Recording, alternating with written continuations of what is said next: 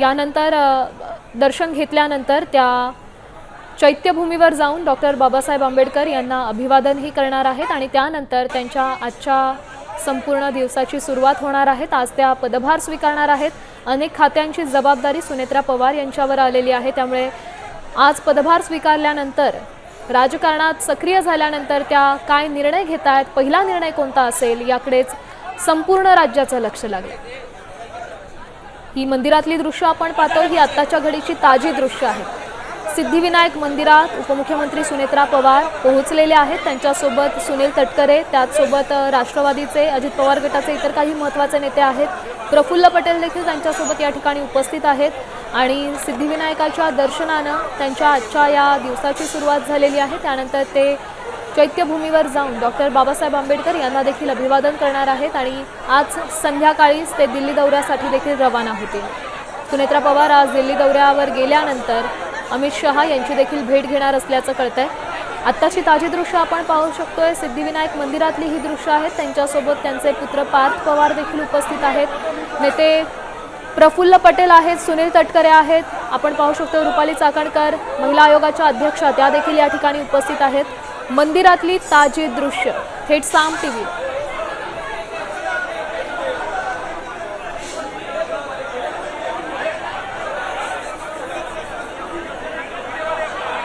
उपमुख्यमंत्री सुनेत्रा पवार आज पदभार स्वीकारणार आहेत आणि मंत्रालयात जाऊन त्या उपमुख्यमंत्री पदाचा पदभार स्वीकारतील।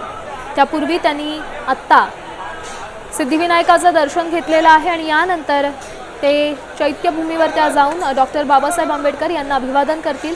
पक्षाचे इतर काही महत्त्वाचे नेते त्यांच्यासोबत उपस्थित आहेत, आपण या दृश्यांमधून पाहू शकतोय। पुत्र पार्थ पवार, त्याचसोबत पक्षाचे नेते सुनील तटकरे, त्याचसोबत प्रफुल्ल पटेल, रुपाली चाकणकर या देखील उपस्थित आहेत। मुंबईतल्या दादरच्या सिद्धिविनायक मंदिरातली ही दृश्य आहेत। पक्षासाठी आजचा दिवस अतिशय महत्त्वाचा मानला जातोय, कारण आज खऱ्या अर्थानं उपमुख्यमंत्री सुनेत्रा पवार या पदभार स्वीकारणार आहेत। त्यांनी घेतलेल्या निर्णयांकडे, त्यांच्या राजकीय कारकिर्दीकडे संपूर्ण राज्याचं लक्ष लागलेलं आहे। खरं तर अचानक मोठ्या प्रमाणात त्यांच्यावर जबाबदारी आलेली आहे।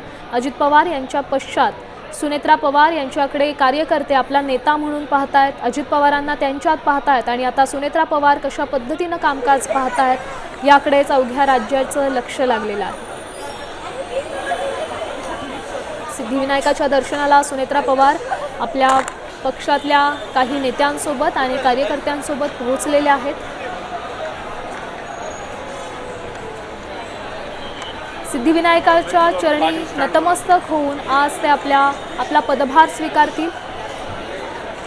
बाप्पाचं दर्शन घेतल्यानंतर त्या चैत्यभूमीवर देखील जाणार आहेत। चैत्यभूमीवर जाऊन त्या डॉक्टर बाबासाहेब आंबेडकर यांना अभिवादन करणार असल्याची माहिती आहे।